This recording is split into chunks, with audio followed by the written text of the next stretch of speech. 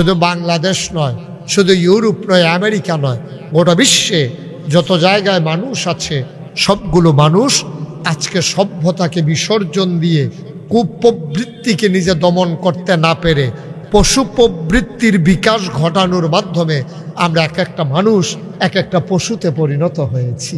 এজন্য আমরা দেখি এই বাংলাদেশে, আমরা দেখেছি এই বাংলাদেশে রাজপথে মানুষকে লগি বৈঠা দিয়ে পিটিয়ে হত্যা করে সেই লাশের উপরে নৃত্য করেছে, ঠিক কিনা বলেন?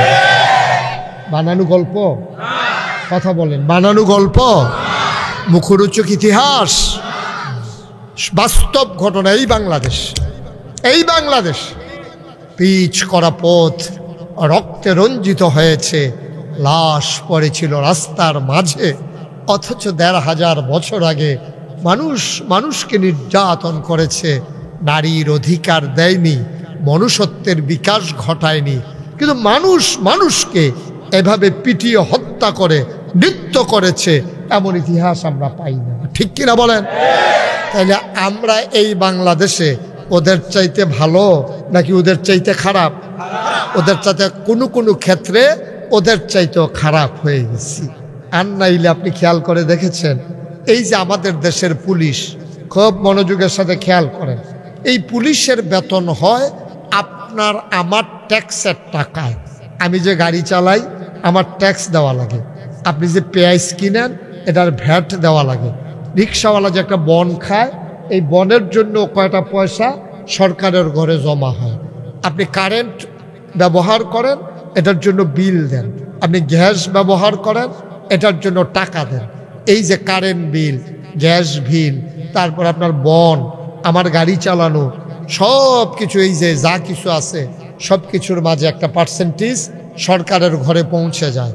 এই ট্যাক্স ভ্যাটের টাকা দিয়া আমার পুলিশ বাহিনীর বেতন হয়। এই টাকা দিয়া তাদের জন্য আমরা আইন শৃঙ্খলা রক্ষা করার জন্যে তাদের জন্য আমরা বন্দুক কিনেছি, সরকার বন্দুক কিনেছে। এই বন্দুকের বুলেট কিনা হয়েছে আপনার আমার টাকা দিয়া। অথচ আফসোস হলো আমার টাকায় যাদের বেতন হয়, আমার টাকায় যেই বন্দুক কেনা হয়, আমার টাকায় যেই বন্দুকের গুল্লি কিনা হয়, শত্রু দমনের জন্যে, শিষ্টের পালন আর দুষ্টের দমনের জন্য, আমরা খেয়াল করে দেখলাম এই বাংলাদেশে আমার সুন্দর কোমল সন্তানদের বুকের ভিতরে আমার টাকার বেতন খাওয়া পুলিশ, আমার টাকায় কেনা বন্দুক দিয়া, আমার টাকার বুলেট দিয়া আমার যুবকের বুক ঝাঁঝরা করা হয়েছে, ঠিক কিনা বলেন? অথচ আমার টাকা, আপনার টাকা, আমাদের টাকা দিয়া আমার সন্তানের বুক ঝাঁঝরা করা হয়। আজব বাংলাদেশ। এজন্য কবি আফসোস করে বলেছিলেন, ধরা যাবে না, ছোঁয়া যাবে না, বলা যাবে না কথা, রক্ত দিয়ে কিনে নিলাম আজব স্বাধীন, ঠিক কিনা কম? একটা সময় এমন গেছে, ইচ্ছে করলে আজকে আমাদের আমির সাহেব যে কথাগুলো বলতে পেরেছেন, কথা বলবেন তো দূরের কথা, উনি তো আসতেই দেয় না, ওনার যে বিশ্রাইছে, উনি খাটের তলে লুকাইয়া থাকতেও তো পারে নাই, খুঁজা বাইর করে লইয়া পড়ছে যে কই আছে, শ্বশুর বাইত না নিজের বাইত না খালার বাইত না বেয়ার বাইত, কোনো রাস্তাঘাটে যেখানেই দেখেছে গুম, হত্যা, নির্যাতন, একটা ট্যাগ লাগাই দিয়া, জামাত করে শিবির করে ট্যাগ লাগাই দিয়া এই কি নির্যাতনটা, কি নির্মমতা প্রকাশ করা হয়েছে, ঠিক কিনা বলেন? নির্যাতন বাংলাদেশের মানুষ দেখেছে 17টা বছর নির্যাতন করে করে কোরআনের ভয়, এই আল্লাহর জমিনে আল্লাহর দিন যারা কায়েম করতে চায় তাদেরকে তাদেরকে আপনার অ্যারেস্ট করে, তাদেরকে মিথ্যা ট্রাইব্যুনাল সাজাইয়া জুডিশিয়াল কিলিংয়ের মাধ্যমে আমার দেশের নেতাদেরকে, কোরআনের পাখিগুলোকে হত্যা করা হলো।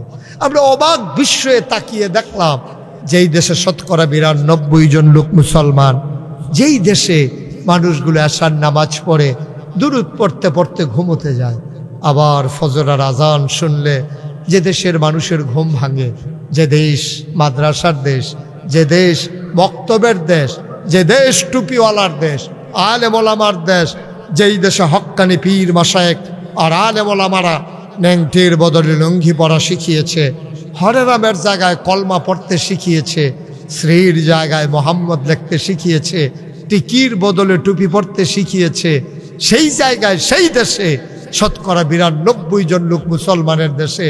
আমরা অবাক বিস্ময়ে তাকিয়ে দেখলাম মসজিদের মিম্বার থেকে ইমাম যখন দ্বীনের কথা বলে, কোরআনের কথাগুলো যখন বলে, জোয়া পড়িয়ে চলে গেছে, ফোন গেছে ইমামের বাড়িতে, আগামী শুক্রবারে আপনি আর আসার দরকার নাই, কথা নাকি তাদের বিরুদ্ধে চলে গেছে। ঠিক কিনা বলেন?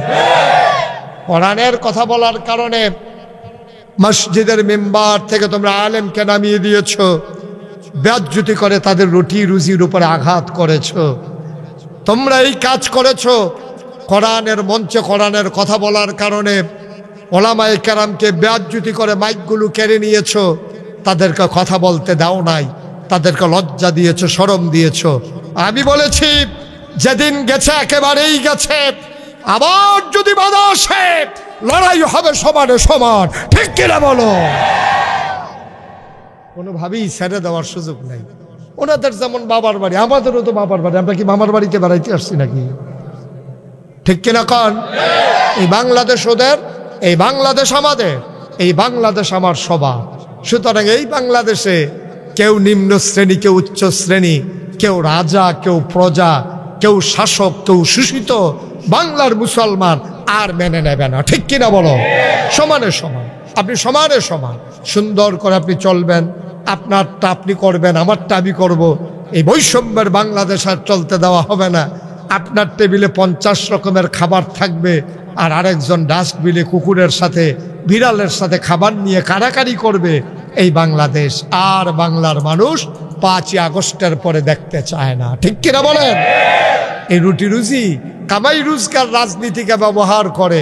এই কামাই রোজগারের রাস্তা বন্ধ করতে হবে, কামাই রোজগারের রাস্তা বন্ধ করতে হবে। আপনি একটা না একটা কিছু করবেন। আমি দেখেছি আমাদের দেশের ফিস সাহেব আর আমাদের দেশের রাজনীতিবিদ হুবহু মিল আছে। পীর সাহেবের যেমন চাকরি লাগে না, পীর সাহেবের যেমন কৃষিকাজ করা লাগে না, পীর সাহেবের যেমন দোকানদারি লাগে না, পীর সাহেবের নিজস্ব যেমন কোনো কামাই লাগে না, মুড়িদের বাড়িতে ঘুরে ঘুরে খায়, হাত পাইতা পাইতা খায়, এইরকম হাত পাইতা রাখে। রিক্সাওয়ালা মুড়িদ, তারপরে গিয়া হগিন ভিক্ষা করে খায় মুড়িদ, আইনা পীর সাহেবরে দেয়, পীর সাহেব খাই মুড়িদের বাড়িতে কয়দিন, ওই মুড়িদের বাড়িতে কতদিন, এইভাবে যেমন পীর সাহেব চলে যায়। আমার দেশের অধিকাংশ রাজনীতিবিদ যারা রাজনীতির নামে, যারা ইসলাম থেকে দূরে সরে গিয়ে রাজনীতিকে পেশা বানিয়ে নিয়েছে, তারা মনে করে রাজনীতির মাধ্যমেই তাদের রুটি রুজি। রাজনীতি রুটি রুজির কোনো মাধ্যম নয়, রাজনীতি হচ্ছে মানুষের সেবার নীতি। ঠিক কিনা বলেন? রাজনীতি করে আপনি রুটি রুজি নেবেন এ আশা করেন কেন? আপনি চাকরি করেন, আপনি মাস্টারি করেন, আপনি ইমামতি করেন, পাশাপাশি রাজনীতি করেন। আপনার আব্বা কি করে? ছেলের যে জিজ্ঞেসে তোমার আব্বার কামাই রোজগার কি ব্যবস্থা? আব্বা রাজনীতি করে, এটাই তার পেশা, তার আর অন্য কোনো পেশা নাই, রাজনীতি করে, এটাই তার পেশা। আর আমার দেশে পীর সাহেব যেমন পুঁজি ছাড়া, ওই সব বাপের বাপ পীর সাহেব বলে যোগ্যতা থাক আর না থাক, ওই সন্তান যেমন পীর সাহেব হয়ে যায়, আমার দেশে রাজনীতিটাও এমন, যোগ্যতা থাক আর না থাক, পেশি শক্তির ব্যবহার করে, তারা রাজনীতিকে ব্যবহার করে কামাই রোজগারের মাধ্যমে। তারা দেখা যায় যে সেকেন্ড হোম করে মালয়েশিয়া, তারপরে বেগম পাড়ায় গিয়া নিজের বাড়ি বানায়। আমি বলেছি ক্ষমতা হলো কচু পাতার পানির মতো টলমলো টলমলো, মৃদুমন্দ বাতাস আসলে কচু পাতার পানি যেমন পড়ে যায়, যে কোনো একটা বিপ্লবের মাধ্যমে, স্লোগানের মাধ্যমে ক্ষমতা পড়ে যায়। নাইলে আমরা 17 বছর ধরে দেখলাম কত আয়োজন, কত আয়োজন।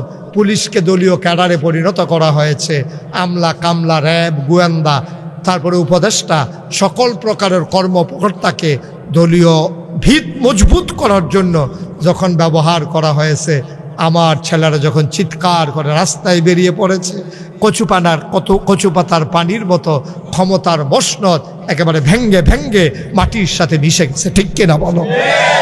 তো লাভ হইল কি? কি লাভটা হইল আপনি বলেন? 17 বছর লাগাই আপনি টাকা কামাই করলেন, এখন বউ এক জায়গায়, হে আরেক জায়গায়, টাকা ফুটে রয়েছে আরেক জায়গায়। কি লাভটা হইল কম? এর চেয়ে আমার রিক্সাওয়ালা অনেক ভালো, এর চাইতে আমার রিক্সাওয়ালা অনেক ভালো। রিক্সাওয়ালা রিক্সা চালাইয়া দুপুরবেলা খাইতে বসে, তার স্ত্রী পাশে বসে বসে বাতাস করে, তারপরে সে খাওয়ার পরে গামছা মাথার নিচে দিয়ে শুয়ে পড়ে, এমন অঘোর ঘুম, তার কোনো নিশ্চিন্ত একটা জীবন। আর আপনার লাভটা হইল কি? যায় কামাই জমাইছিলেন, এখন টাকা পয়সা রয়েছে এক জায়গায়, আপনি এক জায়গায়, বউ আর এক জায়গায়, বাচ্চা কাচ্চার তো খবরে নাই এটি কোনটা কোন জায়গায় আছে, এটি কোনো স্টেশন নাই। সুতরাং এই ক্ষমতার কোনো দরকার নাই। বাংলাদেশের মানুষ এই রাজনীতি, এই সমাজনীতি, এই ধরনের সমাজ ব্যবস্থা, এই ধরনের বাংলাদেশের মানুষ আর চায় না। ঠিক কিনা বলেন? তাহলে আল্লাহও তো চান না। আল্লাহ চান মানুষগুলো মানুষের মতো হবে, অন্তরে আল্লাহর ভয় নিয়ে তার সুন্দর জিন্দেগি সাজাবে। যেদিন মরে যাবে, যেদিন মিরেশ্বরাইয়ের মসজিদ থেকে ঘোষণা আসবে মানুষটা নাই, সবাই মিলে দৌড়ে দৌড়ে দেখতে আসবে, কাফন পরিয়ে দাফন করে দেবে মাটির কবরে। এমন একটা জিন্দেগি তো দরকার। সেজন্য কবরে গিয়ে দেখে মাটির কবর, মাটি নাই, মাটির কবর জান্নাতের টুকরা হয়ে গেছে। এমন একটা জিন্দেগি আমরা চাই নাকি চাই না? কথা বলা, চাই নাকি চাই না? আর এইরকম জিন্দেগি তৈরি করার জন্য আল্লাহ মানুষ বানিয়েছে।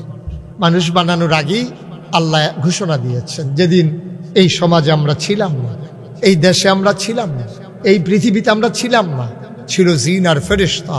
জিনেরা মারামারি, কাটাকাটি, ঝগড়া বিবাদ করলো, আল্লাহ রাগ করলেন, ফেরেশতা পাঠাইয়া জিনদেরকে পিটাইয়া আল্লাহর জমিন আল্লাহ খালি করে দিলেন। আল্লাহর জমিন আল্লাহ খালি রাখবেন না, ইমার্জেন্সি অ্যাসেম্বলি কল করলেন, সংসদের জরুরি অধিবেশন। ফেরেশতারা জানতে চাইলেন, মাওলা ও রব্বে করিম, আজকে কেন আমাদেরকে ডেকেছেন? আলোচনা হয়েছে লক্ষ কোটি বছর আগে, আমরা যেন জানতে পারি। এই জন্য ১৫০০ বছর আগে কোরআনুল কারীমে জিবরাইলের মাধ্যমে নবী মুহাম্মদুর রাসূলুল্লাহ ওনার কাছে পাঠিয়ে দিয়ে কোরআনে কোট করে দিয়েছেন। আলোচনাটা কি হয়েছিল আমরা অনেকেই জানি, অনেকেই পারি। চলেন সবাই মিলে পড়ি। আউযু বিল্লাহি মিনাশ শাইতানির রাজিম। বিসমিল্লাহির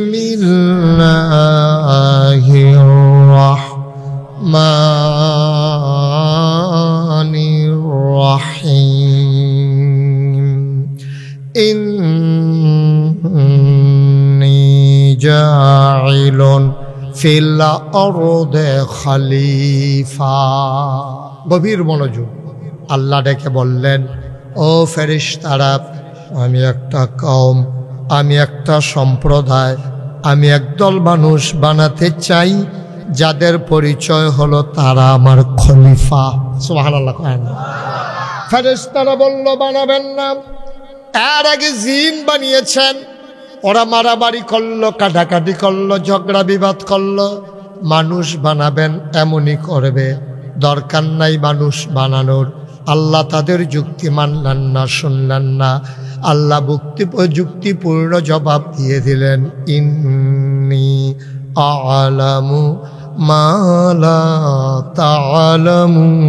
তা'লামুন, আমি যা জানি তোমরা তা জানো না। বলেন সুবহানাল্লাহ।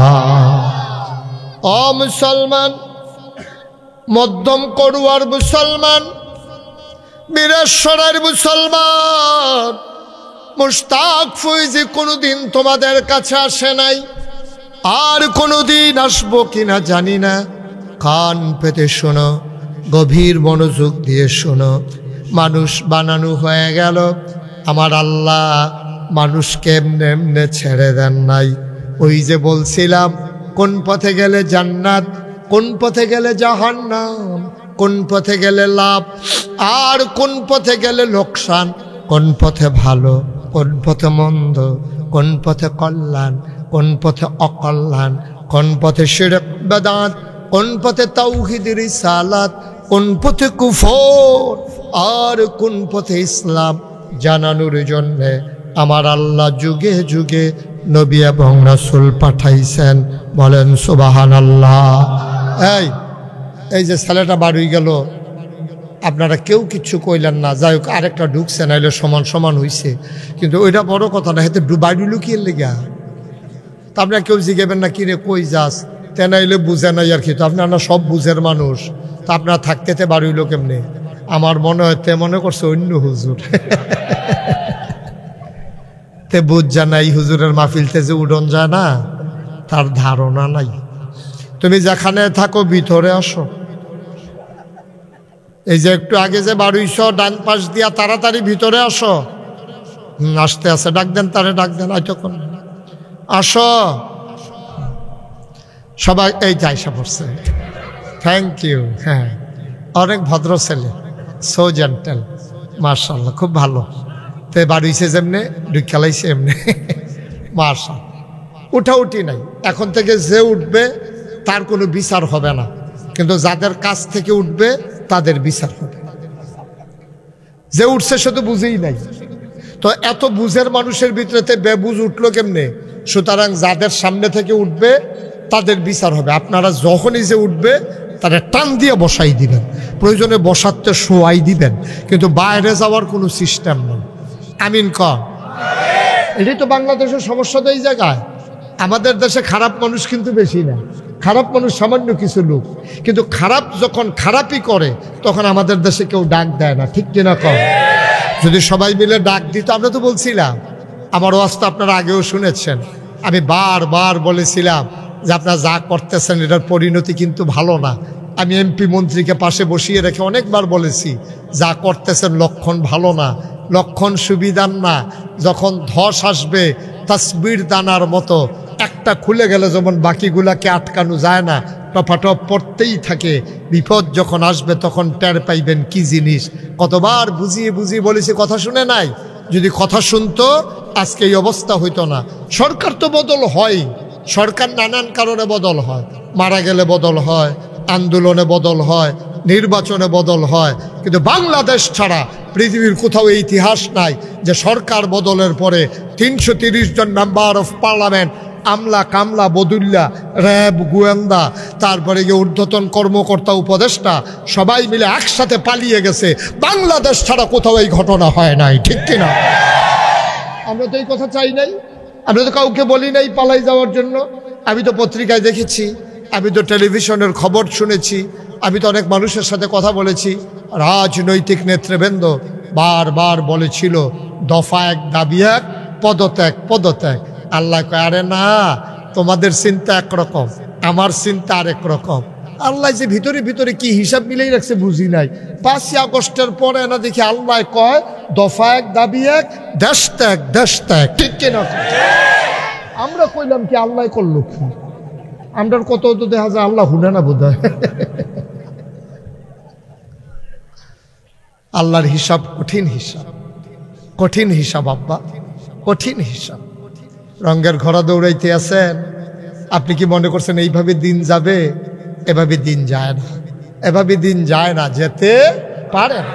হিসাব মিলে না তো, হিসাব মিলল না তো, ওই আল্লাহর ফয়সালা অনুযায়ী কারবার হলো, এভাবেই পতন হয়। এজন্য বারবার হিসাব মিলাতে হয়, বারবার এহতেসাব করতে হয়। আসার পরে ঘুমোতে যাওয়ার আগে হিসাব মিলিয়ে নেওয়া লাগে, সারাদিনে আমি কয়টা ভালো কাজ করলাম, কয়টা মন্দ কাজ করলাম। আপনি ধুলাবালিকে কিছুই মনে করেন না, কিন্তু আপনি কি খেয়াল করে দেখেছেন, আপনি রাস্তা দিয়ে হাঁটতেছেন, হঠাৎ করে বাতাসে একটু ধুলার কোনা এসে চোখে পড়লো, আপনি তো চোখ বন্ধ করে দাঁড়াই যাওয়া লাগে। তাইলে বোঝা গেল ধুলার একটা পাওয়ার আছে, আপনাকে থামিয়ে দিতে পারে, আপনার হাঁটা বন্ধ করে দিতে পারে, আপনার দৃষ্টিশক্তি একটা সেকেন্ডের জন্য হইলেও কেড়ে নিতে পারে। ধুলার যদি পাওয়ার থাকে, এই দেশের প্রতিটি মানুষের পাওয়ার আছে। শুধু যে জীবিত মানুষের পাওয়ার আছে তা না, মৃত্যুর পরে অনেক মানুষের পাওয়ার আরো বেশি। যেদিন আবু সাইদ টান টান করে সিনা বুকে পেতে দিল, আর যখন বন্দুকের গুলি পড়ল, পোস্টমর্টমে দেখা গেল একটা গুলিও তার পিঠে লাগে নাই, সবগুলো তার বুকে লেগেছে।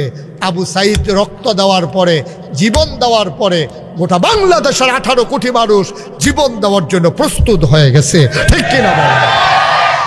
যারা মরতে শিখে যায় তাদেরকে মৃত্যুর ভয় দেখাইয়া লাভ নাই। মরা বেড়ারে মরার ভয় দেখাইয়া লাভ কি? আপনি মনে করেন নিয়ত করছেন আমি মরে যাব, তো তারে তো ফিটাইলেও কোনো সমস্যা নাই, গুলি করলেও কোনো সমস্যা নাই, কারণ তে তো মরার জন্য প্রস্তুত। মৃত যারা বেছে নেয় তাদেরকে যেমন ভয় দেখাইয়া লাভ নাই। আমি তো এইভাবে উদাহরণটা দেই যে গাঞ্জা খাওয়াইনা মানুষরে বিড়ির ডর দেখাইয়া লাভ নাই। তা গাঞ্জা খায়, তারে কতরে বিড়ি খাওয়া মতো কয় ভাই আই আর যায়, টের পাই না। গাঞ্জা খাওয়াইনা মানুষের বিড়ি ধরে না। যে লোক আঞ্জা দিয়া গাঞ্জা খা, এই লোকটা কি হয়েছে? হ্যাঁ নাইবে আমি মনে করছি উনি ওয়াজ করবো মনে করছিলাম। আমিন কর। গাঞ্জা খাওয়া মানুষকে যেমন বিড়ি ধরে না, যারা মরতে শিখে গেছে তাদেরকে মৃত্যুর ভয় দেখাইও লাভ হয় না, ঠিক কিনা কর? আপনি বাঁচতে চাইলে বাঁচতে পারবেন না, আপনি মরার জন্য নিয়ত করেন, কেউ আপনাকে মারতে পারবে না, এটা সূত্র আছে। বাঁচতে চাইলে বাঁচতে পারবেন না, এক একজন এক এক দিকে দৌড় দিয়ে গিয়ে মরে গেছেন। আর সবাই মিলে যখন মরতে যাবেন, যে মারতে এসেছে সে পালিয়ে যাওয়া ছাড়া কোনো উপায় নাই, এটাই পৃথিবীর ইতিহাস, ঠিক কিনা কন? কতখানা ঠিক কিনা? আবার তাইলে কি কথা দাঁড়ালো? আল্লাহ বললেন মানুষ বানাতে চাই, ফেরেশতারা বলল দরকার নাই। এখন আমরা আসল জায়গায় চলে আসছি, তাইলে মানুষ কেন বানাইলো? ফেরেশতারা তো বলছিল বানাইয়ার না, দরকার নাই মানুষ বানানোর। আমিও দেখলাম মানুষের কোনো দরকার নেই। এই যে সমুদ্রের ঢেউ উঠে, এখন তো মানুষের কোনো কাজ নাই। এই যে বিশাল আকাশ, আপনার সামান্য একটা সামিয়ানা টানাইছেন, দেখেন 3 সারিতে বাঁশ দিছেন, ধর্নার বাঁশ দিছেন, আবার রশির বাদ দিছেন, আবার সামিয়ানার কাপড় টানাইছেন, তারপরেও যদি একটু এলোমেলো বাতাস আসে সব কিছু যেমন লন্ড ফন্ড হয়ে যাবে, আপনার এই সামিয়ানা ধরে রাখতে পারবেন না। সামান্য একটা প্যান্ডেল টানাইতে যদি এত আয়োজন করা লাগে, আপনি কি কখনো দেখেছেন বিশাল এই যে আকাশটা, এত বড় আকাশ আল্লাহ সামিয়ানার মতো টানিয়ে রেখেছেন, ওই একটাও তো খুঁটি নাই? সুবহানাল্লাহ বলবেন না? কোনো মানুষের সাহায্যও তো নেয় নাই, আমরা কোথাও তো কেউ ধরে রাখি নাই আকাশটাকে। আকাশ তো ঠিকই ঝুলে আছে, একটা খুঁটি নাই, রশির বাঁধ নাই, ধর্নার বাঁশ নাই, সামিয়ানার কাপড় নাই, তারপর আকাশটা ঝুলে আছেন। সুবহানাল্লাহ বলবেন না? আকাশ তো ঝুলে আছে অবলীলায়, তাইলে মানুষের তো এখানে কোনো সাহায্যও নাই, কোনো মানুষের সাহায্য নিয়ে তো আকাশ আল্লাহ টানায় নাই। শুধু কি তাই? আমার আল্লাহ আকাশ বানালেন খুঁটি ছাড়া, জমিন বানালেন সমতল করে। এই পৃথিবী যেন হঠাৎ করে নড়ে চড়ে না উঠে, জায়গায় জায়গায় আল্লাহ পেরেক বসাই দিলেন। তুমি যদি বলো হুজুর পেরেক কই, আমি বলবো পেরেক মাটির নিচে। তুমি যদি বলো পেরেকের মাথা কই, আমি বলবো খাগড়াছড়ি, বান্দরবন, রাঙ্গামাটি, ময়নামতি, ক্যান্টনমেন্ট। ঘুরে ঘুরে দেখো, ওই যে দেখো পাহাড়ের সারি, আল্লাহর কোরআন কয় এইগুলো পাহাড় না, এইগুলাই পেরেকের মাথা। সুবহানাল্লাহ। আর আসতে বলবেন না সুবহানাল্লাহ? এখানে কি সুবহানাল্লাহ করলে কোনো সমস্যা আছে? আমি তো মনে করছি আইন আছে, যে জোরে সুবহানাল্লাহ বলবে তার 50 টাকা জরিমানা, এরকম কোন আইন টাইন আছে? এই উনি তো কয় না। বলেন সুবহানাল্লাহ। কি আল্লাহ, কি আল্লাহ! সুবহানাল্লাহ, সুবহানাল্লাহ। আকাশ বানাইলেন খুঁটি ছাড়া, জমিন বানাইলেন সমতল করে, পাহাড় বানাইলেন পেরেকের মাথা করে। শুধু কি তাই? কল্লো কল্লো বেগে বয়ে যাওয়া নদী, নদীর ভেতরে পানি, পানির ভিতরে মাছ, নদীর কিনারে গাছ, গাছের ভিতরে ফুল, ফুলের পরে ফল, নারিকেল গাছের মাথায় ডাব, ডাবের ভিতরে শরবত, আখের ভিতরে রস। সুবহানাল্লাহ কয় না? সব যিনি বানালেন তিনি আমার আল্লাহ। জানতে মন চায় মাওলা, ও রব্বে কারীম, আপনি কেন মানুষ বানাইছেন? কি দরকার মানুষের? কোরআনুল কারীমে সূরা বাকারায় আল্লাহ ওয়াজ করে দিলেন, ইয়া আইয়ুহান নাস, হে মানুষেরা, এই যারা মধ্যম করুয়ার মাহফিলে এসেছো, শুনো শুনো শুনো। আমরা বলি বলেন, বলেন আল্লাহ বলেন, ইয়া আইয়ুহান নাস, হে মানুষেরা, ও উবুদু, তোমরা ইবাদত করো। সুবহানাল্লাহ কয় না? আমি বলি কার ইবাদত? কয় রব্বাকুম, যিনি তোমাদের রব। আমি বলি রব কে? কয় আল্লাযী খলাকাকুম, যিনি তোমাদেরকে সৃষ্টি করেছেন। আমি বলি কে আমাকে সৃষ্টি করেছেন? আমার আব্বা, আমার আম্মা যখন বয়স প্রাপ্ত হলো, যৌবন দীপ্ত প্রাণ হলো, বাবার সাথে মায়ের বিবাহ বন্ধনে আবদ্ধ করে দিল। মধুর বাসরে যখন দিয়ে দেওয়া হলো, মেডিকেল সায়েন্স বলে পিতার পিঠ থেকে, মায়ের বুক থেকে 2 ফোঁটা পানি সবেগে নির্গত হয়ে মায়ের ইন্টেন্সিভ কেয়ার, মায়ের সুরক্ষিত দুর্গ, মায়ের আইসিইউ, মায়ের রেহেবের ভিতরে 2 ফোঁটা পানি একসাথে হয়ে গেল। বিজ্ঞান বলছে 2 ফোঁটা পানির ভিতরে কোটি কোটি জীবন থাকে। ডিম্বাণু আর শুক্রাণুর যুদ্ধ শুরু হয়ে যায়। মায়ের রেহেবের ভিতরে 2 দলের ভিতরে যুদ্ধ শুরু হয়। কে বেঁচে যায়, কে হেরে যায়? যুদ্ধ করতে করতে করতে করতে করতে করতে একটা মাত্র প্রাণ বেঁচে যায়। ওই প্রাণটাই হইল তোমার প্রাণ, আমার প্রাণ।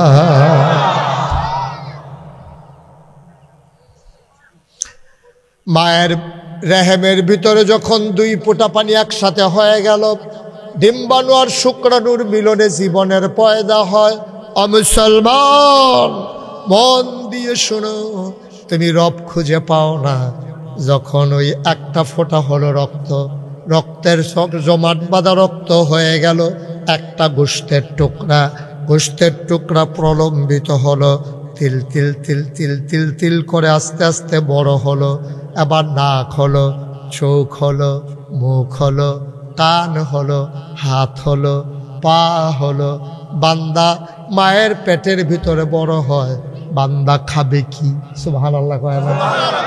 মায়েরও খবর নাই, বাবারও খবর নাই। বাবা আনন্দে মেতে মেলামেশা করে, বাবা চাকরি করে, বিদেশ যায়, গৃহস্থী করে, কৃষিকাজ করে, দোকানদারি করে। মা রান্না বান্না করে, সংসারের গৃহস্থালী কাজ করে। সন্তান পেটের ভিতরে বড় হয়, বাবারও খবর নাই, মায়েরও খবর নাই, সন্তান খাবে কি? আল্লাহ কয় তোমার খবরের দরকারও নাই। তোমাদের আশায় আমি আমার বান্দাকে পেটের ভিতরে রেহেমের ভিতরে দেই নাই। আল্লাহ কয় বান্দা আমার, চিন্তাও আমার। বান্দা কা? কথা কানা, বান্দা কা? বান্দাও আমার, চিন্তাও আমার। তোমাদের আব্বা আম্মার চিন্তা করা লাগবে না। কি আল্লাহ, কি আল্লাহ! এই পেটের ভিতরে ছোট্ট একটা থলে, এটার ভিতরে আপনি তিল তিল করে বড় হচ্ছেন। আপনার মাথ, এই পা, হাঁটু গেছে, হাত বন্ধ করে আপনি চুপ করে বসে আছেন মায়ের রেহেমের ভিতরে। আপনার খাবার দরকার, এই মুখ দিয়া খাবার দেবে কেমনে? কেমনে দেবে খাবার?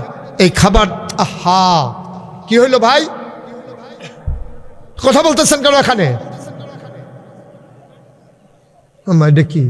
এই সব মাহফিল তারা কেমনে আইয়া কথা কয়? একটা শব্দ যেন না হয়, খুব খেয়াল করে শুনে। মাথা নিচু করে, হাত পা জড়ো সরু করে, বান্দা বসে আছে পেটের ভিতরে, খাবে কি? আল্লাহ চিন্তা করলেন এই মুখ দিয়ে তখন খাবার দেওয়া যাবে না। মুখ দিয়ে খাবার দিলে হজমের ব্যাপার আছে, প্রস্রাব পায়খানার ব্যাপার আছে। এই জন্য খাবারের পরে নির্যাস যেটা, এটার নাম হইল রক্ত। আমরা যত খাবার খাই একটাই উদ্দেশ্য, যেন এর থেকে রক্ত তৈরি হয়, শিরায় শিরায় রক্ত প্রবাহিত হয়, মানুষটা চলমান হয়। এজন্য আল্লাহ তাবারক ওয়া তাআলা মুখ দিয়ে কোনো খাবার দিলেন না।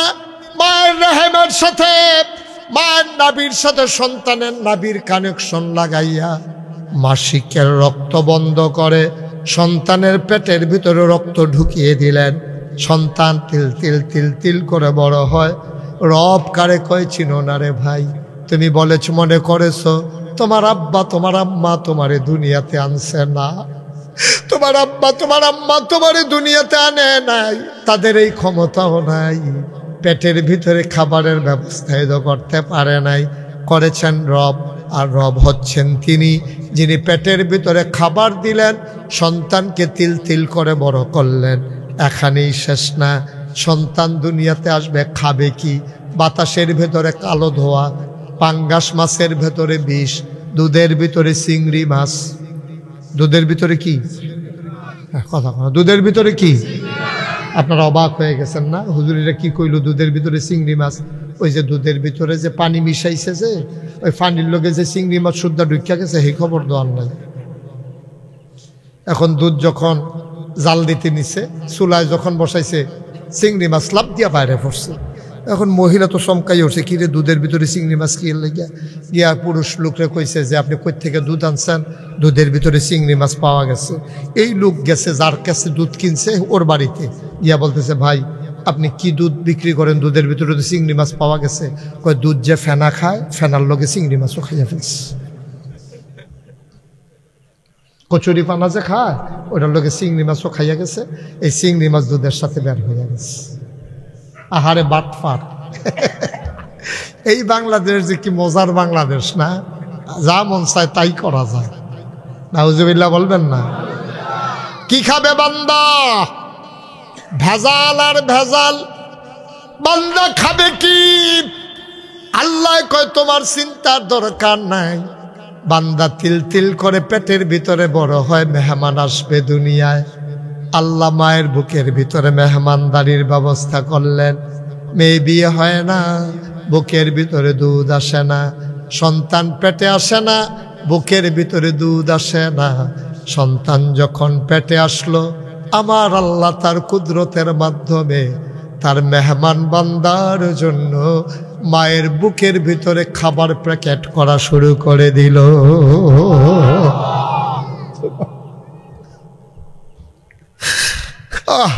কি আল্লাহ! আবার আপনি আল্লাহ খুঁজে পান না? না, আপনি আল্লাহ খুঁজে পান না, আপনি আল্লাহ খুঁজে পান না।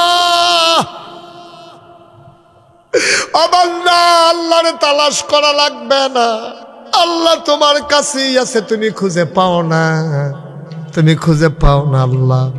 আবার আল্লাহ রেডি করে রাখলেন প্যাকেটের ভিতরে খাবার। সন্তান দুনিয়াতে আসলো, এর আগেই খাবার প্যাকেট জাত করে দিল। কি মেহমানদারি দেখো! মেহমানদারি কারে কয় দেখো। আল্লাহ তাবারক ওয়া তাআলা দুধের ভিতরে যদি একটা ডাল দিতেন, একটা ছিদ্র দিতেন, বান্দা যদি চুষণ দিত, ছোট বাচ্চা, দুধ বেশি পরিমাণে বের হয়ে বুকে লেগে যেত, বান পড়ে যেত, বুকের ভিতরে আটকে যেত, নাকে মুখে উঠে যেত। কিন্তু আল্লাহ এমন বুদ্ধি করলেন, এমন একটা অটো মেশিন ফিট করে দিলেন, চুষণ দিলে দুধ আসে, চুষণ বন্ধ তো দুধও বন্ধ।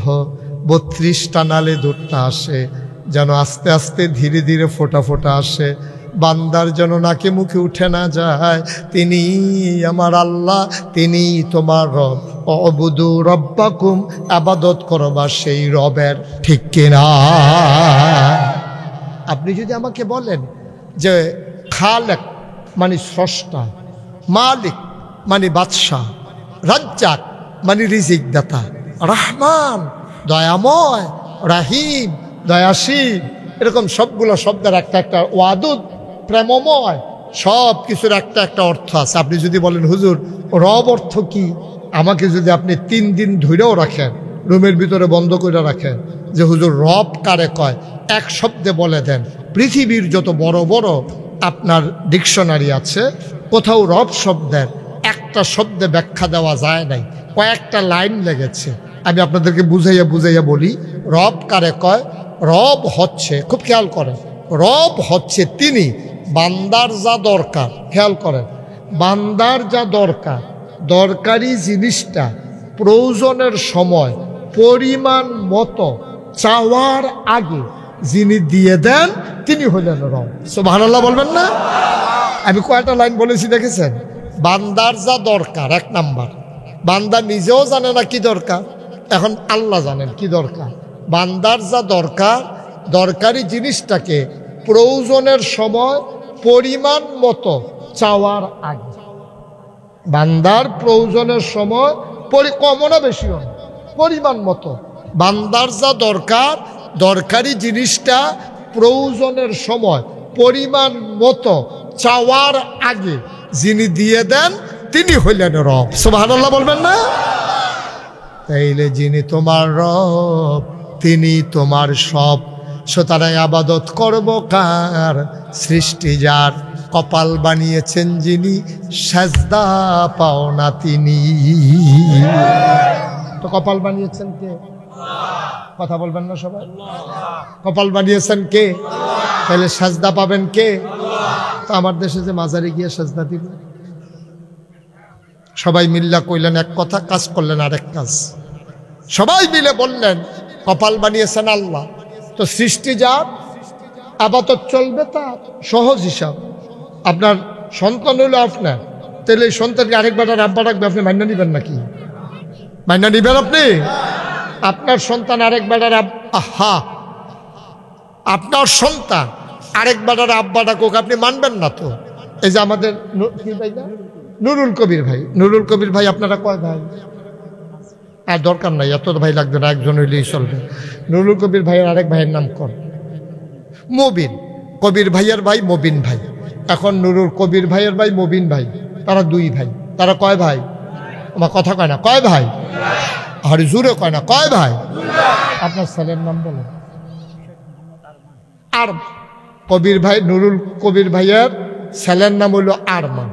এই কবির ভাই আর গিয়া মবিন ভাই দুইজন বৈশা বৈশা, এটা দারোগার হাট না, বড় দারোগার হাট, এক চায়ের স্টলে বৈশা বৈশা চা খাইতেছে। তো ওনারা ওইখানে একটা দুধের চা পাওয়া যায়, দুনু ভাই রিক্সায় করে গিয়া বৈশা বৈশা চা খাইতেছে। এমন সময় ওনার যে ছেলে আরমান, ওনার ছেলে আরমান আইসা নামছে, বড় দারোগার, চিরং ইউনিভার্সিটিতে পড়ে মনে করো, আইসা নামছে। নামার পরেও মনে করলো শীত পড়ছে, বাড়িতে যাওয়ার আগে এক কাপ দুধ চা খাইয়া যায়। তো ও দোকানে গিয়া ঢুকছে, ঢুইকা দেখে ওর আব্বা আর ওর চাচা কবির ভাই আর মবিন ভাই দুইজনে বসে বসে চা খাইতেছে। ওই আরমান, এটা না কার ছেলে? ঘুমাই গেছেন আপনারা? কার ছেলে? কবির ভাইয়ের ছেলে। আরমান করছে কি, চা স্টলে ঢুইকা তার আব্বারে দেখাও না দেখার ভান কইরা চলে গেছে মবিন ভাইয়ের কাছে। মবিন ভাইয়ের কাছে গিয়া বলতেছে আসসালামু আলাইকুম। তার আব্বারে আগে দেখছে কিন্তু সালামও দেয় নাই, কিচ্ছু বলে নাই। চলে গেছে মবিন ভাইয়ের কাছে, গিয়া বলতেছে আসসালামু আলাইকুম। আব্বা কারে কয়? কারে কয়? ছেলে কা? আব্বা রাখছে কারে? ছেলে বাফেরা না ডাইকা গিয়া মবিন ভাইয়ের চাচারে বলতেছে আব্বা কেমন আছে? এই দোকান ভর্তি সব মানুষ, সবাই তো চিনে এটা কবির ভাইয়ের ছেলে। এখন আব্বা ডেকে ফেলছে মবিন ভাইয়ের, সবাই মিল্লা হাসি দিছে। আহা রে, কি দিনই আইলো রে, আল্লাহ জানি রে কি অবস্থা রে, হাসাহাসি করতে আছে। এখন আপনারা বলেন কবির ভাইয়ের মনে কি এই আনন্দ না কষ্ট? বা কথা কয় না, আনন্দ না কষ্ট? কম না বেশি? কবির ভাই চোখের সামনে ওনার নিজের জন্ম দেওয়া ছেলে গিয়া সেটা চাচারে আব্বা ডাকছে, ওনার ছোট ভাইয়েরে। উনি দেখে সেটা মনটা এত খারাপ হয়েছে, আস্তে করে দোকান থেকে বাইরিয়া শীতের ভিতরে কপালটা ঘামতে আছে, চোখ দিয়া টপ টপ করে পানি পড়তে আছে। আহারে, এত কষ্ট করে ছেলে জন্ম দিলাম, তার জন্মের সময় কত কষ্ট করছি, হাসপাতালে দৌড়াদৌড়ি করছি, এরপরে এই ছেলে জন্ম হইল, তারে আমি আরমান নাম রাখলাম। আর ছেলেরা আমি এত বছর পর্যন্ত লেখাপড়া করাইলাম, এত বছর আগাই নিলাম, এই লেখাপড়া করাইয়া এত দূর আনার পরে আজকে আমার ছেলে। আরো একটু কথা শেষ করে না না, আপনি আইসেন, দুই চারটা কথা না করলে তো আইয়া লাভ কি?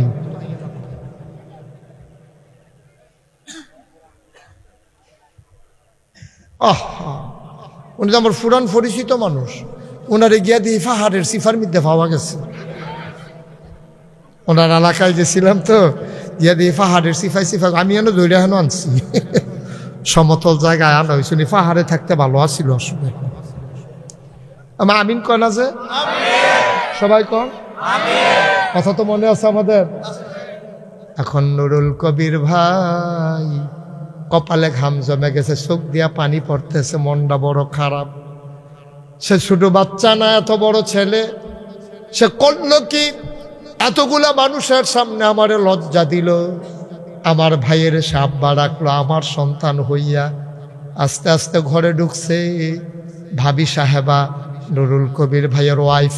উনি দেখেই দেখে যে নমুনা খারাপ। কয় কি হয়েছে আপনার? কয় আমি নাই। আমি নাই? কয় নাই মানে কি? কয় আমি মরি নাকি এর লেগিয়া। কয় কি সমস্যা হয়েছে? কয় আর মানে যা ঘটনা ঘটাইছে আজকে সর্বনাশ করে দিছে। শত শত মানুষের সামনে সে ওই মবিন রে আব্বা ডাকছে। কয় তাই নাকি? কয় হ, আমি কে লেগে আল্লাহ আমারে বাঁচাইলো, কে রে আমারে জীবন দিল, এই লজ্জা পাওয়ার জন্য ছেলে জন্ম দিছিলাম। ভাবি সাহেবা জানে ওনার হাই প্রেশার, ওনারের সরিষার তেলের সাথে পানি মিশাইয়া মাথায় দিতে আছে, কইতাছে ধৈর্য ধরেন, স্থির হইয়ান না। তে আজকে বাড়িতে আসুক, তারে জিজ্ঞেস করা হবে সমস্যা কি।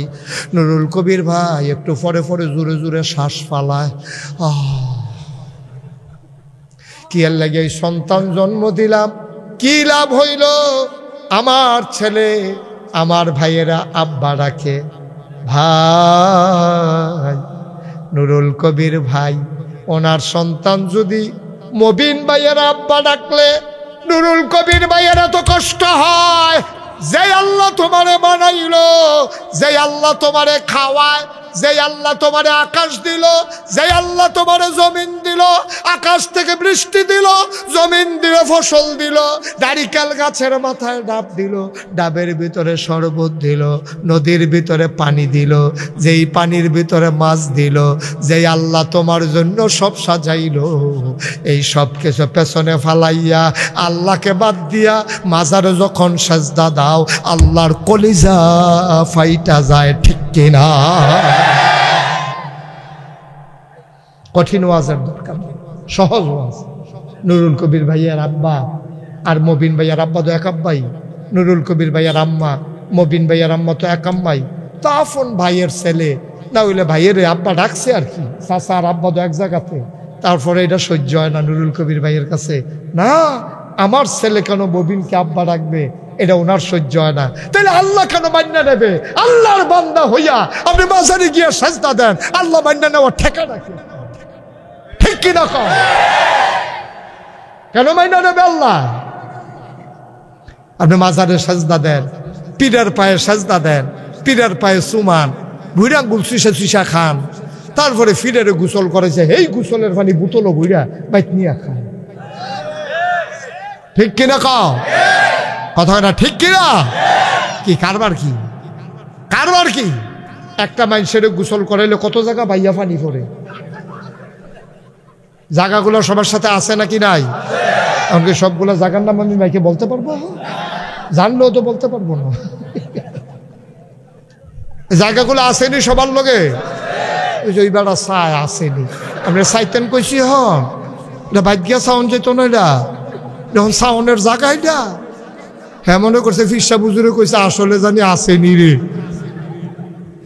ভাইও একটু চিন্তা করে দেখেন, একটা মানুষের গোসল করাইলে কত জায়গা দিয়া পানি যায়, এই পানিগুলা বোতলে ভইরা নিয়ে মানুষ খায়, নির্লজ্জ লজ্জাহীন শরমহীন, ঘৃণা বলতে কোনো জিনিস নাই। আল্লাহ বইলে এখনো মাইনা নিচ্ছে, আমরা জীবনেও মাইনা নিতে পারতাম না। ঠিক কিনা কম? আপনি তো মাইনা নেবেন না, নুরুল কবির ভাই মাইনা নেবে না তো, ওনারে দিয়ে বুঝাইলাম আর কি, আমি কি মাইনা নেবো নাকি? উনি যেমন মানবেন আমিও তো মানব, আপনি মানবেন? আপনার তো মনে হয় যেন উনি মানত না, আমি হইলে মানলাম, হইলে উনি যেমন একটা বইয়া রয়েছে দায়িত্ব নিয়ে, আমি হইলে এটা কিছু মনে করলাম না, মনে করলেন না, তাহলে তো দোহানের ভিতরে দুইটা ঘুষি মুসি দিয়া লাতি মাতি দিয়ে হালাই দিয়ে আইয়া বললো, দাদা আর ফুট লাগতো না, বেটা তোরে মুড়াইয়া এখন হালাই দিয়া যামুগা, এই তারে বান ট্রাকের তেল হালাই দে, তা বাপ হালাইয়া চাচারে আব্বারা হে এই ফুট আমার কি দরকার? আব্বার তো কথা তো ঠিক, কথা তো ঠিক। জন্ম দিল এক বেড়ায়, আপনি আব্বা ডাকবেন আরেক বেড়ারে, বানাইলো আল্লাহ, আপনি সাজদা দিবেন আরেক জায়গায়। তামাশা পাইছেন না? মস্কারা পাইছে? মস্কারার একটা সীমানা আছে। তাইলে আবাদত করবো কার? এই কথা শিখিয়ে গেলেন যিনি, এই আমার নবী হইলেন তিনি।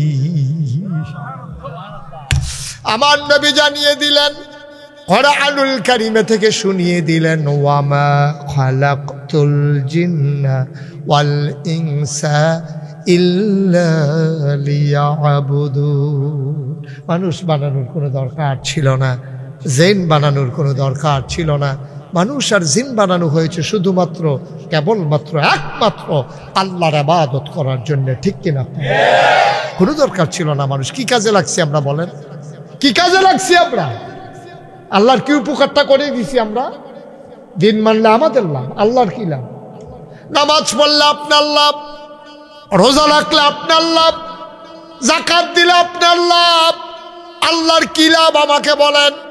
আল্লাহর তো আপনি একটা মানুষ যদি আমরা নামাজ না পড়ি, এই প্যান্ডেলটার ভিতরে যারা আছি, আশার নামাজ যারা পড়েছেন তো পড়েছেন, একটা লোকও যদি ফজরের নামাজ না পড়েন, আগামীকালকে সূর্য একটা সেকেন্ড দেরিতে উঠবে না, সূর্য ওঠার মতো উঠবে, ডুবে যাওয়ার সময় হলে ডুবে যাবে।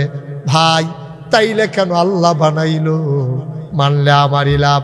আল্লাহ এই জন্যই জানিয়ে দিলেন, আলান নবী ইয়া আইয়ুহাল্লাযীনা আমানু সাল্লু আলাইহি ওয়া সাল্লিমু তাসলিমা। আল্লাহুম্মা আর ধরেন না, ঠিক আছে? আর ধরার দরকার নেই, এখন ফাইনাল ভালো আছে।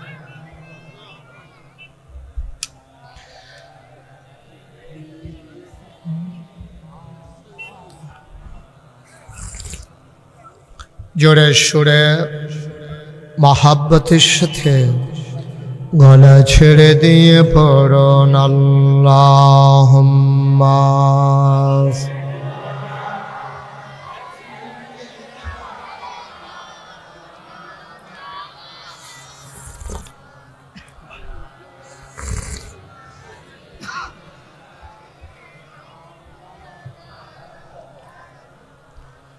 জোরে জোরে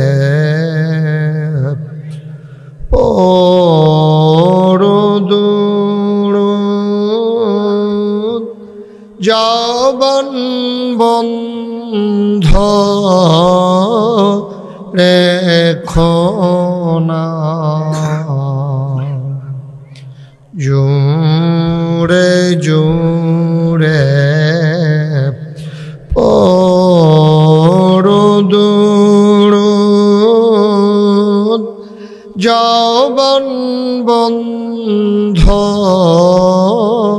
রেখো না। এই দুরুদার নেক আমলি, এই দুরুদার নেক আমলি, জান্নাত তোমার ঠিকানা। আল্লাহুম্মা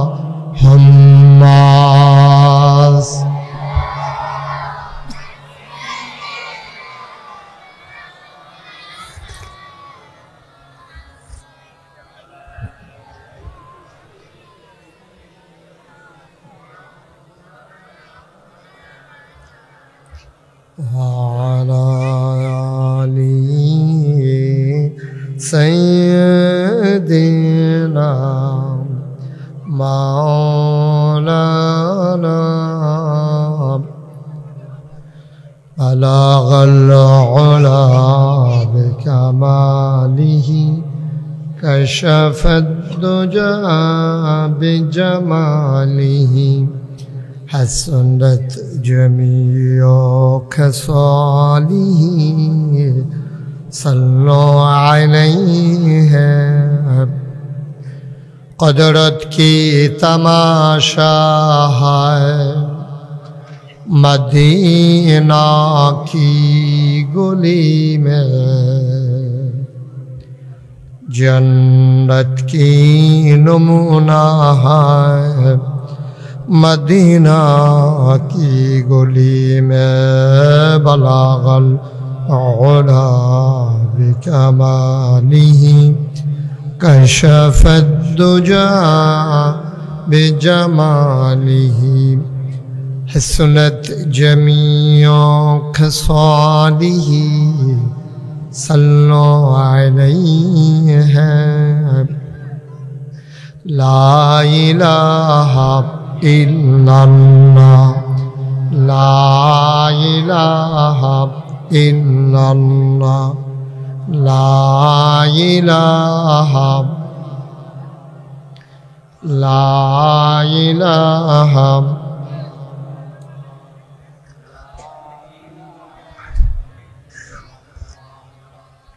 লা ইলাহা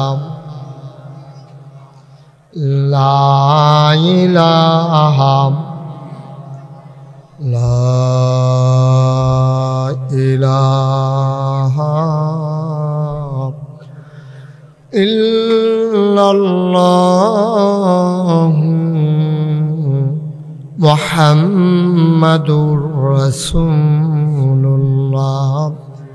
সাল্লাল্লাহু আলাইহি ওয়াসাল্লাম। আল্লাহুম্মা সাল্লি ওয়া সাল্লিম ওয়া বারিক আলাইহি। সবাই পড়ি আলহামদুলিল্লাহ। জোরে পড়ি, আরো জোরে। আল্লাহ তাবারক ওয়া তাআলার দরবারে আমরা লাখ কোটি শুকরিয়া জ্ঞাপন করছি, যিনি আমাদেরকে ঐতিহ্যবাহী ঐতিহ্যধন্য চট্টগ্রাম জেলার মিরসরাই উপজেলার মধ্যম করুয়া কমরালী মৌলানা শেখ আব্দুল মালেক রহমতুল্লাহ আলাই দারুল আরকাম ইবতেদায়ী মাদ্রাসার 12তম বার্ষিক মাহফিল উপলক্ষে আজ 21 ফেব্রুয়ারি রোজ জুমাবার বরকতময় দিন শেষে অন্ধকারের চাদর যখন পৃথিবী ঢেকে দিয়েছে, জানান দিয়েছে রাত হয়ে গেছে, যিনি আমাদেরকে কর্মমুখর কর্মব্যস্ত আনন্দ ঘন একটি দিন অতিবাহিত করার পরে স্বাভাবিকভাবে ক্লান্ত পরিশ্রান্ত অবসন্ন এ পিঠ যখন বিছানা চায়, দু চোখ যখন ঘুম চায়, এ দেহ যখন আরাম চায়, সব কিছু হারাম করে দিয়ে সুজলা সুফলা সোনার বাংলাদেশের এ অজপাড়াগায় নিবৃত পল্লীতে ছায়া ঘেরা মায়া ভরা সুন্দর সুনিবিড় সুশৃঙ্খল পরিবেশে মাথার উপরে সামিয়ানা, নিচে বসার জায়গা, লাইটিং মাইকিং এর ব্যবস্থা করে এই এলাকার হাজার হাজার মানুষ থেকে যাচাই করে বাছাই করে করুণা করে দয়া করে মায়া করে সকল প্রকারের ঝামেলা থেকে মুক্ত রেখে অসুস্থতা থেকে সুস্থ রেখে জেনে আমাদেরকে আসার বসার কিছু কথা শোনার সুযোগ করে দিলেন। হৃদয়ের সবটুকুন আবেগ, উচ্ছ্বাস, ভালোবাসা, আকুতি কাকুতি মিনতি জমা করে মাবুদের শিখানো কালেমা দিয়ে চিৎকার করে সবাই পড়ি আলহামদুলিল্লাহ। জনাব সাহেবে সদর আজকের এই মাহফিলের জনাব সভাপতি হযরত মৌলানা জিয়াউল হুসাইন সাহেব, আজকের মাহফিলের প্রধান আকর্ষণ, যিনি আমার পরপর আলোচনা করবেন, আমার হৃদয়ের কাছের মানুষ, যিনি ইতিমধ্যে বাংলাদেশে বিভিন্ন জায়গায় কথা বলছেন অবলীলায়, আমার প্রিয় ভাই, দ্বীনি ভাই, বিশিষ্ট ইসলাম স্কলার এবং মিডিয়া ব্যক্তিত্ব হযরত মৌলানা মনিরুল ইসলাম মজুমদার, আজকের মাহফিল উপস্থিত হযরত মৌলানা সেলিম জাহাঙ্গীর, আজকের মাহফিলের অতিথিবৃন্দ, আমার পূর্বে কথা বলেছেন বাংলাদেশ জামাত ইসলামের সম্মানিত মিরসরাই উপজেলার আমির সম্মানিত জনাব মোহাম্মদ নুরুল কবির সাহেব, উপস্থিত এই এলাকার বিভিন্ন মসজিদের ইমাম সাহেবান,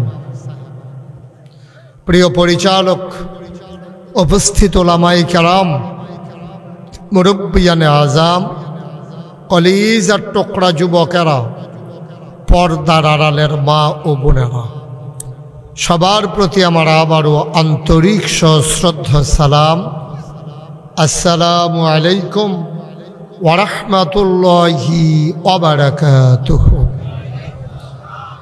আওয়াজটা যে আবার ফিরে আসে এটা বন্ধ করা যায় না? আওয়াজটা যে আমার কাছে আবার ফিরে আসে এটা যেন আর না আসে, এটা ব্যবস্থা আছে? কথা বুঝছেন? আপনি কি মাইক আমার দিকে একটা দিয়ে রাখছেন? আওয়াজটা যে প্রতিধ্বনি হয়, আমারও আওয়াজ আমিই শুনতেছি, তাই আমার মাইক দিয়ে লাভ হইল কি? এটা তো আগেই খেয়াল করা দরকার ছিল। আওয়াজটা বন্ধ করেন। এত ভালো মাইক, অনেক সুন্দর মাইক, কিন্তু এটা তো কেটে সব শেষ করে দিচ্ছেন। যে আওয়াজটা আমার কাছে আসে এটা ফিরান।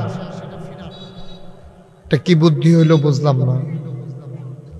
ওকে, ওনারা রেডি করুক। আপনারা শুনতে পাচ্ছেন তো না?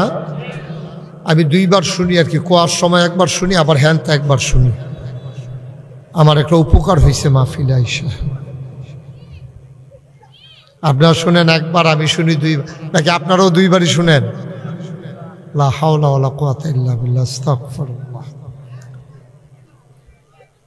জি, সবাই পড়েন আলহামদুলিল্লাহ। মিরেশ্বরের মানুষের এর চেয়ে বেশি আওয়াজ নাই না? কি আমির সাহেব এই আওয়াজ? আপনি এই কর্মী বাহিনী দিয়ে কি করবেন আল্লাহ জানে। পড়েন সুবহানাল্লাহ। আপনি কি করতেছেন দাঁড়াইয়া? দায়িত্ব বসেন, বৈশা দায়িত্ব পালন করেন। বাচ্চারা কথা বলবা না, হ্যাঁ? আপনি একটু খেয়াল রাখেন। বাচ্চারা কথা বলতেছে, ছোট মানুষ তো, ওরা বুঝে না। ঠিক আছে, এখন তো বাচ্চাদেরকে থামাই দিয়ে ওরা যেন কথা না বলে, এটা একটু খেয়াল রাখেন। যারা বয়স্করা যারা আছেন তারা একটু খেয়াল করেন। মঞ্চে কেউ কথা বললেন না, না না না, এখানে কথা বলা যাবে না। উনি বুঝে নাই। হ্যাঁ, নতুন না, ঠিক আছে, বেশি নতুন না, বয়সে তো পুরানে মনে হয়। সবাই খেয়াল করে বসেন, হ্যাঁ, মনোযোগের সাথে। আমি আর এখানে কখনো আসি নাই তো, আপনি একটু মনোযোগ দিয়ে শুনলে আর দোয়া করলে হয়তো আমি দুই কথা বলতে পারবো। আল্লাহ যেন কবুল করে, সবাই কনা আমিন। আল্লাহ যেন আপনাদেরকে শোনার, আমাকে বলার তৌফিক দান করে, সবাই কনা আমিন। আপনি যে মোবাইলটা ধরে রাখছেন, এটা তো আপনিও আমারে দেখেন না, আমিও আপনারে দেখিনি। আপনি তো পর্দানিসীন পুরুষ, উনি পর্দা করতে আছে, আমি যেন না দেখি, মোবাইল সামনে দিয়ে ধরে রাখছেন। যারা মোবাইলগুলো ধরে রেখেছেন, মোবাইলগুলো বন্ধ করেন।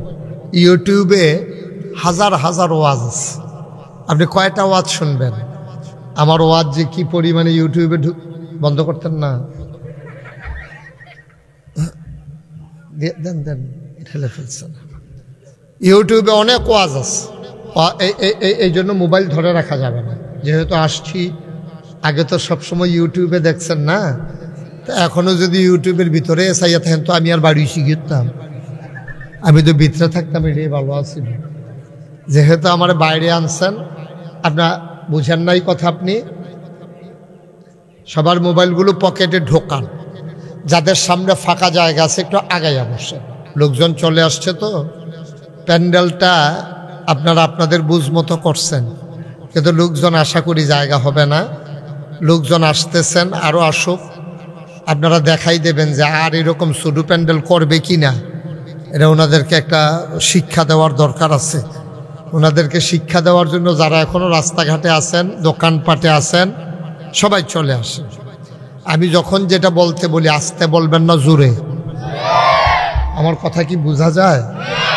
আমি যখন যেটা বলতে বলি, আস্তে বলবেন না জোরে বলবেন? দুই একজন বলবেন না, সবাই বলবেন? দুই একবার বলবেন না, বারবার বলবেন?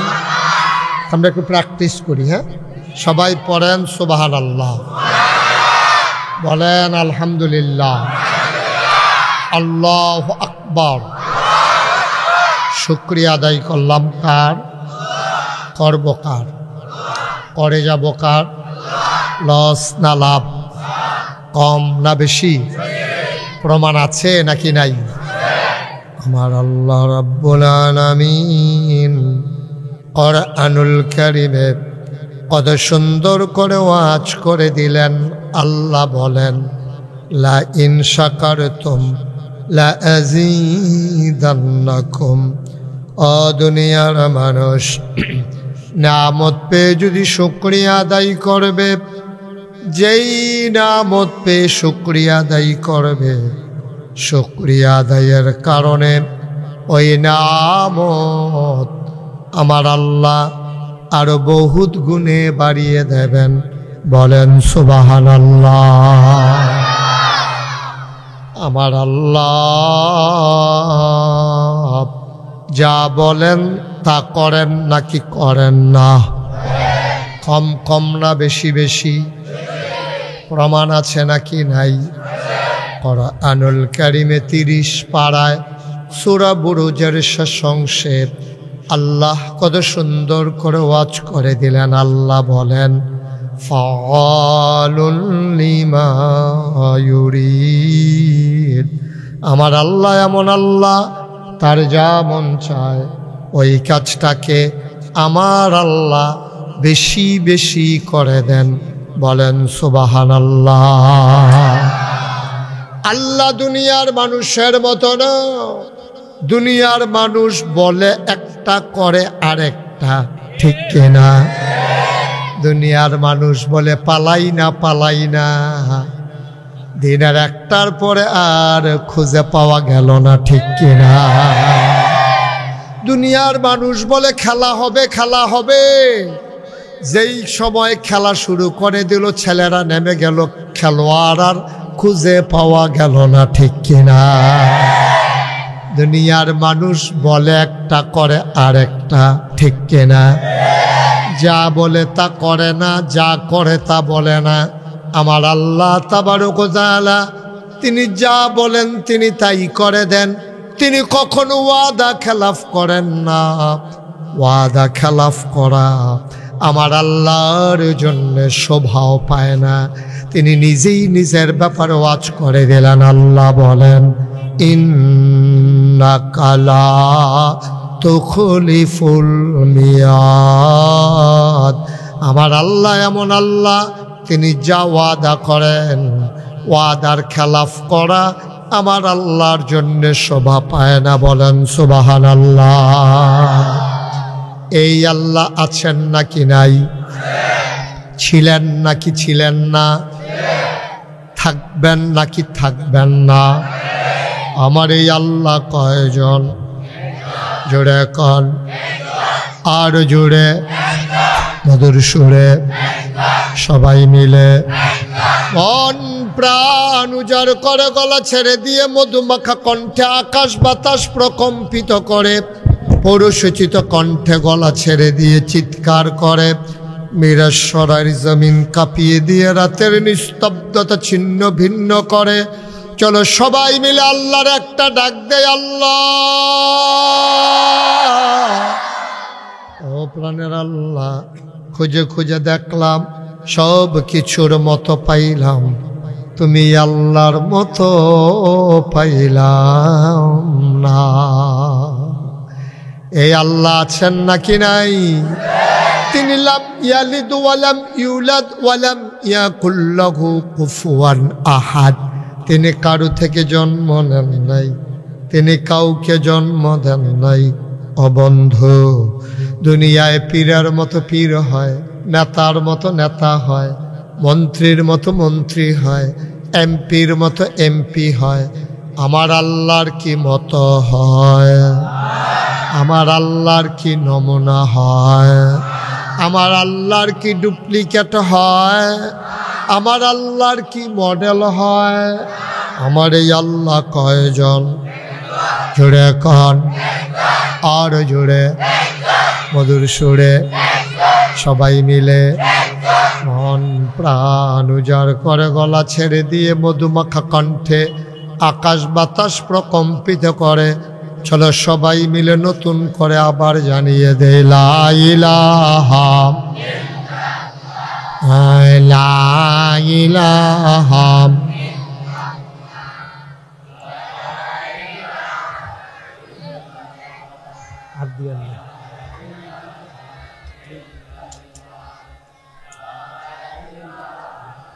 ইল্লাল্লাহ লা ইলাহা জোরে জোরে লা ইলাহা লা ইলাহা আর জোরে লা ইলাহা মধুর সুরে লা ইলাহা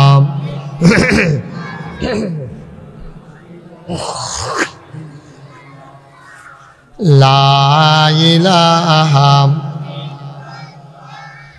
লা ইলাহা আসমান জমিন গায়রুল্লাহ পাহাড় পর্বত গায়রুল্লাহ আসমান জমিন গায়রুল্লাহ পাহাড় পর্বত গায়রুল্লাহ শুধু তুমি মাবুদ আল্লাহ লা ইলাহা লা ইলাহা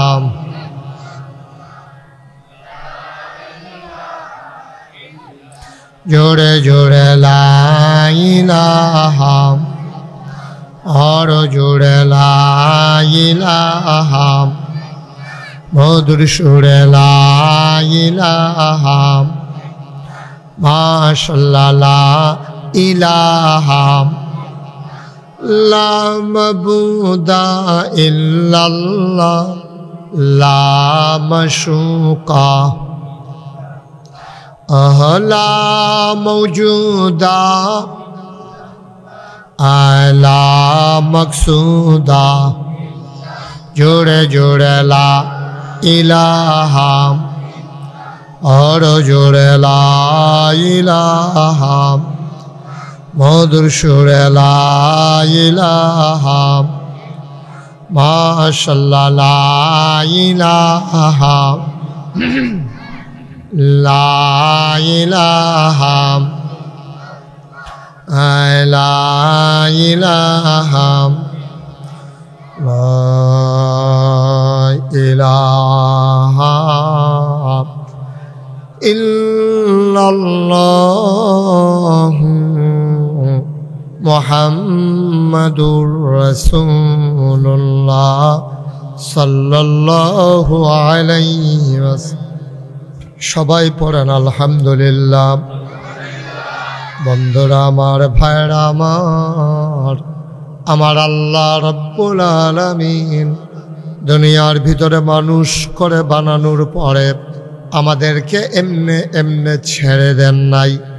কোন পথে গেলে জান্নাত, কোন পথে গেলে জাহান্নাম, কোন পথে গেলে লাভ আর কোন পথে গেলে লোকসান, কোন পথে ভালো, কোন পথে মন্দ, কোন পথে কল্যাণ, কোন পথে অকল্যাণ, কোন পথে শিরক বেদাত, কোন পথে তাওহীদ রিসালাত, কোন পথে কুফর আর কোন পথে ইসলাম জানানোর জন্য আমার আল্লাহ যুগে যুগে মানুষদের মাঝ থেকে যাচাই করে, বাছাই করে, করুণা করে, দয়া করে, মায়া করে একদল উত্তম চরিত্রের মানুষ, যাদের জীবনে গুনাহ নাই, গুনাহ হওয়ার সম্ভাবনাও নাই, এমন একদল মানুষকে আমাদের জন্য আমার আল্লাহ নবী এবং রসুল করে পাঠাইছেন। বলেন সুবহানাল্লাহ।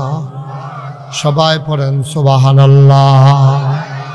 নবীদের কোনো গুনাহ নাই। আল আম্বিয়াউ মাসুমুন, সমস্ত নবীগণ নিষ্পাপ। এটা আমরা যারা আহলুস সুন্নাত ওয়াল জামাত, এটা আমাদের আকীদা। ঠিক কিনা বলেন? নবীদের গুনাহ আছে?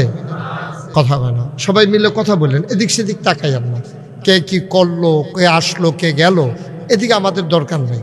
আমারটা আমার খবর। একটা লোক এদিক সেদিক তাকাবেন না। এই ভাইজানের চেয়ারটা একটু ঘুরাই দেন, ওনারা আমার দিকে ঘুরাই দেন।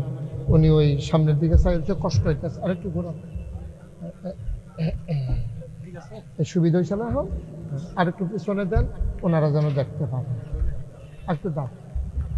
উনি পাতলা মানুষ তো, উনি বোয়ার তেলাই ডালে কেউ চায়। এবার ঠিক আছে, ফাইন। আপনারা আমার দিকে ঘুরে বসেন, ঘুরে বসেন, পরে তো ঘাড় ব্যথা হয়ে যাবে। আমার দিকে ঘুরে বসেন। ঠিক, আপনারা কি ঘুরছেন? ওনারা দেখছে যে ঘোড়ার যে নমুনা আগে আগে ঘুরা লাইয়ে দিই ভালো, নমুনা খারাপ যাইতে আছে। হ্যাঁ, তাহলে বোঝা গেল আপনারা আমার কথা বুঝতে আছেন না। একটা আওয়াজ দিয়ে জবাব দেবেন একেবারে মনোযোগের সাথে, খরগোশের মতো কান খাড়া করে, মাছের মতো নিষ্পলক নয়নে আমরা কথা শুনবো ইনশাআল্লাহ। ঠিক আছে? আওয়াজ করতে দিয়েন না। এই পাশের পর্দাটা উঠাই দেন, এই পাশের পর্দাটা উঠাই দেন। এটা রাখার দরকার নাই। এটা থাকলে ওই পাশে দাঁড়িয়ে দাঁড়িয়ে বাচ্চারা কথা বলে, কারণ বিরক্ত করলে আমি কথা বলতে পারবো না। ইউটিউবে আপনারা যারা আমার ওয়াজ শুনেছেন তারা দেখেছেন, একটা আওয়াজ হলে আমার ওয়াজ শেষ, একটা শব্দও করা যাবে না। ছোট্ট সোনামণি যারা আছো, তোমরা কোনোভাবে আওয়াজ করবা না। বাচ্চারা দিক দিয়ে তো আছেন, আর আপনি যে দায়িত্বে আছেন মাঝে মাঝে হেরার একটু খেয়াল রাখেন। হ্যাঁ হ্যাঁ, ঠিক আছে। হ্যাঁ, এখন দরকার নাই, আওয়াজ করলে চাইয়েন আর কি। হ্যাঁ, এটার একটু উঠাই দেন, তাহলে লোকজন এই দিক দিয়েও আমাকে দেখতে পারবে ইনশাআল্লাহ। তা যে জমিনের ভিতরে প্যান্ডেল করছেন, আরও প্যান্ডেল বড় করা দরকার ছিল। যাই হোক, ওনারা মনে করছে আমি নতুন মানুষ, সবাই আসবেন কি আসবেন না, ওনারা কনফিউজ ছিলেন। তো যাই হোক, আপনারা যেভাবে আইসা পড়বেন ওনারা বুঝে নাই। সামনের বছর ওনারা চিন্তা করবে, প্রয়োজনে প্যান্ডেল করবে না, কি কর, যেন কে ভিতরে আছে কে বাইরে আছে যেন বোঝা না যায়। এই জন্য ওনারা প্যান্ডেলে করার দরকার নাই। ওই যে উনি ধাক্কাইতে আছে, লাইটটা যে লাগিয়ে রয়েছে এটা তো উনি বুঝে না দিচ্ছে। হ্যাঁ, এই যে, হ্যাঁ মাশাআল্লাহ। হ্যাঁ, আমিন কর। একটু উঠাইয়া লাভ নাই তো, একবারে উপরে উঠাইতে হবে, উঠাইলে আর নাইলে ছেড়ে দিতে হবে, একবারে উপরে, আরও উপরে, যেন মানুষ দাঁড়াইলেও দেখতে পারে, ওই ব্যবস্থা করতে হবে। জি, সবাই পড়ে না আমিন। এতক্ষণ না কথা হইলো যে আমরা জোরে পড়বো, জোরে পড়েন। ওমা আর জোর নাই, এই আওয়াজ না, বুঝাইছি, ঠিক আছে। তো যেই কথাটুকুন বলছিলাম, খুব খেয়াল। হ্যাঁ, নবী এবং রাসূল পাঠাইছেন আল্লাহ, আমরা যেন আটকে না যাই, বিপদে পড়ে। আল্লাহ অনেকগুলো জিনিস দিছে বান্দাদেরকে শুধু জান্নাতে পৌঁছে দেওয়ার জন্য। যেমন আমাদের যা আছে গরু ছাগলের তা নাই, আবার গরু ছাগলের যা আছে আমাদের সব আছে। গরুর যেমন দুইটা পা আছে, দুইটা হাত আছে। আমরা যখন গরুর রচনা পড়তাম আমরা 4টা পা পড়তাম, কিন্তু সামনের দুইটা হইল হাত, পেছনের দুইটা হইল পা। তাইলে গরুর 2টা হাত আছে, 2টা পা আছে, 2টা চোখ আছে, একটা মাথা আছে, তারপরে একটা মুখ আছে, এই কান আছে। তা আমাদেরও তো তা আছে। তো গরুরও গরু কয়, আমাকে আপনাকে গরু বলে না কেন? আমাকে আপনাকে শিয়াল বলে না কেন? আমাকে আপনাকে কুকুর বলে না কেন? কারণটা কি? গরু, মানুষ, কুকুর, ছাগল, মশা, মাছি, সবার কিন্তু একটাই প্রাণ। প্রাণ কয়টা? এটা জোরে কথা কেন, প্রাণ কয়টা? একটা। মশার যেমন একটা জীবন, আপনারও একটা জীবন। আপনি জীবনে কত মশা মারছেন? তো এই একটাই জীবন, আপনারও সেই একটাই জীবন। তাইলে আপনার এই একটা জীবন, মশারও একটা জীবন। প্রাণ থাকলে প্রাণী হয়, মন না থাকলে মানুষ হওয়া যায়। তাহলে আমরা সবাই প্রাণী। এই যে দায়িত্বশীল, আপনি শুধু আমার দিকে তাকাই থাকবেন। আমরা সবাই এখানে প্রাণী। আমরা সবাই কি? কথা কয় না? সবাই কি আমরা? মাইকম্যান কথা বলা নিষেধ নাকি? হ্যাঁ হ্যাঁ, এই অবস্থা কেন? এই যে চশমা, তোর সমস্যা কি? হ্যাঁ, যে জিম খাইটা মনে হয় যেন দড়ি দিয়া বাইন্দা লইয়া বইছে, যেন আওয়াজ যেন বাড়িতে না পারে। হ্যাঁ, মনে করছে আমার মাইকে তো আওয়াজ হইতে আছে, আমার আর আওয়াজ কইরা লাভ কি? লাভ আছে, লাভ আছে, আওয়াজ কইরো। হ্যাঁ, যারা দাঁড়িয়ে আছেন সবাই আওয়াজ করবেন। তাইলে প্রাণ থাকলে প্রাণী হয়, মন না থাকলে মানুষ হওয়া যায় না। মানুষ হওয়ার জন্য একটা মন লাগে। সুবহানাল্লাহ বলবেন না? কিন্তু আমরা কি দেখলাম, ১,৫০০ বছর আগে প্রাণও ছিল কিন্তু মন ছিল না বলে তাদেরকে বলা হয় আয়ামে জাহিলিয়া, অন্ধকার যুগ। তাদের কিন্তু সব ছিল। এখন যদি আপনি বলেন যে আপনি তাদের চাইতে আলাদা, না, বরঞ্চ ওই আয়ামে জাহিলিয়াতের চাইতেও আপনি অনেক জায়গায় নিকৃষ্ট। ঠিক কিনা বলেন?